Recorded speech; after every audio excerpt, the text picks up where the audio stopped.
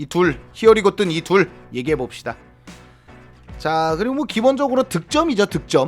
득점을 최적화할 수 있고, 아무래도 투엘이 써본 자원이고, 이런 것 때문에 아무래도 노리는 것 같아요.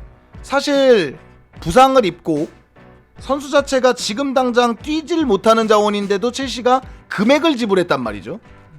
유로부터 시작해서 플러스 알론소를 줬으니까 플러스 알론소, 그러니까 이럴 정도로 첼시가 공을 들인 자원이라는 거는 일단 뭐 따로 설명 안 드려도 될 것 같아요.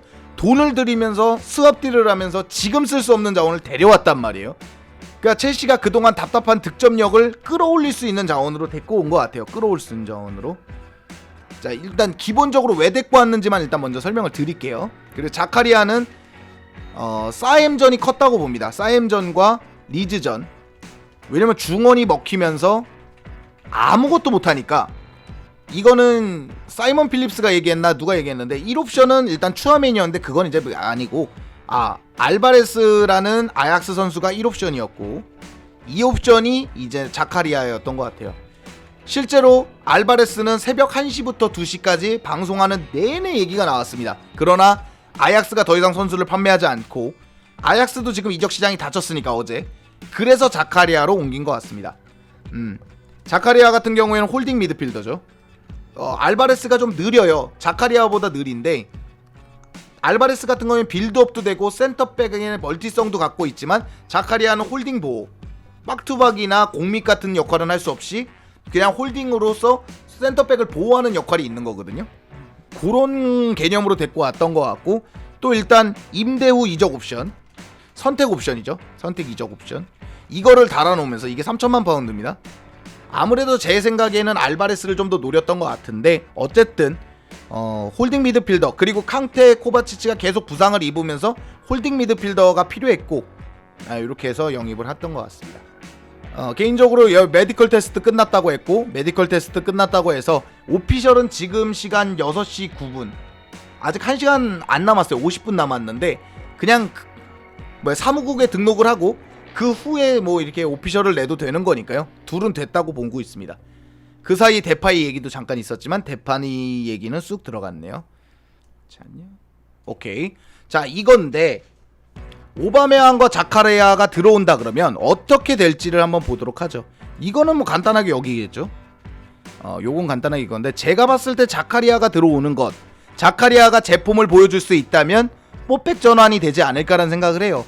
실바에 대체하자는 생각도 굉장히 많이 했고, 포파나 영입도 됐기 때문에 개인적으로 조르지뉴가 빠지지 않는다라는 그림을 그린다 그러면, 반대 전환을 해야 되니까 빠지지 않는 그림을 그린다고 하면 이런 식이 될 겁니다. 이런 식이 되고, 갤러거가 중용을 만약에 못 받는다고 하면, 중용을 못 받는다고 하면 자연스럽게 여긴 코바치치가 되지 않을까. 캉테가 되겠죠. 캉테. 코바치치가 된다기보단 캉테가 부상이 없다면 요렇게 될 겁니다. 요렇게 될 거예요.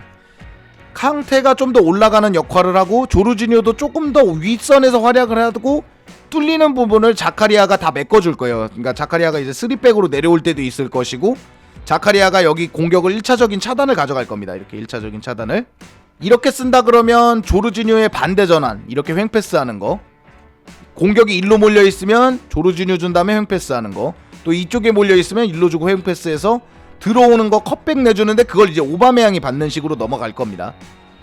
그러니까 지금까지 안 됐던 게 두 개잖아요. 조르지뉴가 수비형 미드필더로 나왔을 때 수비형 미드필더로 안 됐던 거 하나, 그리고 공격수가 어찌어찌 방향 전환해서 컷백 내주면 득점하지 못한 걸 해결했다고 봅니다. 뭐 득점력이겠죠. 그리고 투엘 감독 체제에 있었다라는 거, 투엘이 기용해본 자원이라는 거, 그리고 뭐 여전히 득점력이 떨어지지 않고 에이징 커브가 아직까지는 안 왔다라는 거, 단점. 워크의식, 이게 선수가 아스날을 나갈 때의 모습이 정말 좋지 못했다는 거, 가격이 나름 있다는 거, 그쵸? FA로 영입된 자원이었는데 바르셀로나는 우리 쪽으로 팔 때는 선수도 내주고 가격도 줬다라는 점이 있고요. 현재 부상 중이라는 것도 있고요. 물론 이건 안타까운 부상입니다. 선수가 부상 당하고 싶어서 당한 게 아니지만 안타까운 부상이지만 어쨌든 부상이 있다라는 점이 있고요.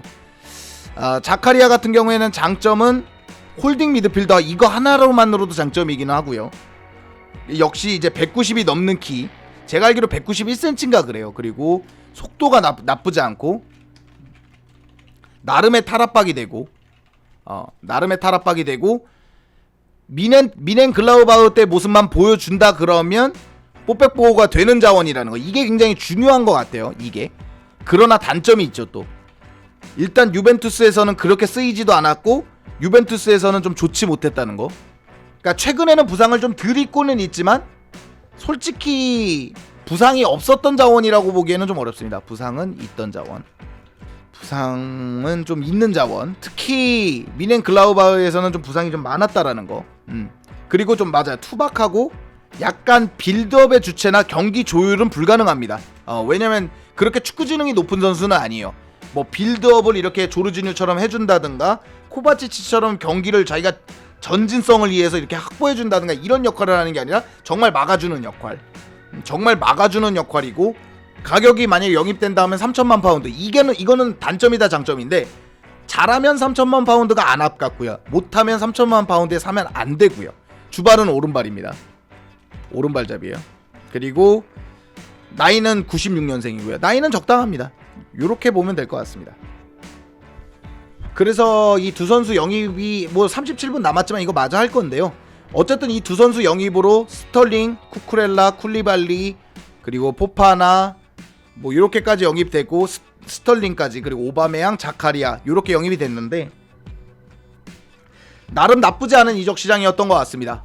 왜냐면 이적 시장 내내 고민했던 홀딩, 그리고 수비 보강은 두세 명은 돼야 된다라는 거, 왼쪽 윙백은 어떻게 하냐는 거, 아스필리쿠에탄 또 잔류했고, 오바메양을 영입하면서 아무래도 공격수 영입은 했다라는 거. 물론 우리 마음에 쏙 드는 자원이 아닐 수도 있고 33살이라는 나이도 있겠지만 어쨌든 하베르츠나 이런 자원들로 갈 수 없다라는 걸 인지한 첼시가 공격수를 보강했다라는 것도 중요하고요. 그래서 자카리아가 정말 저는 오히려 자카리아가 훨씬 중요하다고 생각해요. 자카리아가 훨씬 중요하다고 생각합니다. 자카리아가 이 경기를 잡아줄 수 있다 그러면 오바메양도 살아날 것이고, 공격도 살아날 것이고, 중원도 조합을 잘 짤 수 있을 것이고, 여러 가지로 할 수 있다고 봐서요. 저는 개인적으로 자카리아가 오바메양보다 훨씬 중요하다고 생각합니다. 오바메양은 자기가 하던 거를 잘하면 되는데 자카리아는 와서 조합도 잘 짜야 될 것이고, 그 조합 속에서 자카리아도 경기력도 좋아야 되거든요. 그래서 자카리아에게 좀 더 기대가 크다라는 거.